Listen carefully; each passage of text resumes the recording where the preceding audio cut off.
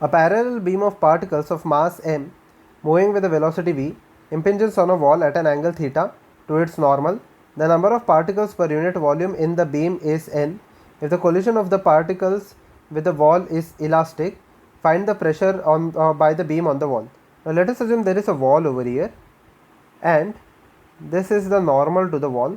This is normal to the wall, and a beam of particles are incident. A beam of particles are incident with a velocity v. Okay, the beam of particles are incident at a velocity v, making an angle theta with the normal. Okay, so the same beam will be over here making an angle theta with the same velocity v. Okay, after the reflection or after collision, it will still have the same velocity v, because it is given that it is a perfectly elastic collision. Okay, so I can say that we have to find out the pressure. Pressure will be equal to force upon area, which can be written as for the area 1 by area.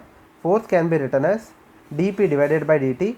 It will be equal to 1 by a, okay, dmv divided by dt. Now it is very much clear that we have to find out the force normal to it. It means that while the particles travel towards, okay, its velocity will be equal to v cos theta.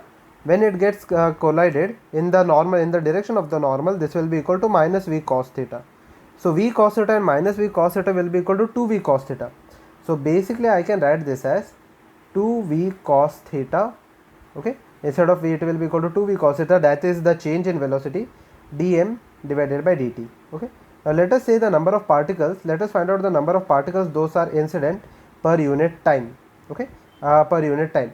So I can say that d by dt will be equal to n number of, where capital N is the number of particles, small m is the mass of one particle that is incident per unit time. Okay, let this be equation number 1.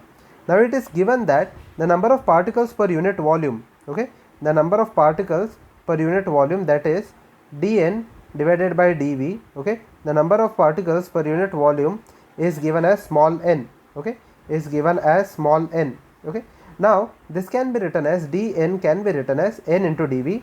Okay, so now let us look over here. Dn by dt will be equal to n dv by dt. Okay, it means that volume per unit time, which can be written as the area. Okay, volume can be written as area into dx by dt, where dx by dt is the velocity. So it will be equal to na into v. Okay, na into v. So when I substitute the values over here, okay, just look at the values. So it will be equal to 1 by a into 2v cos theta into n a into v. So area and area will get cancelled, v will be squared over here.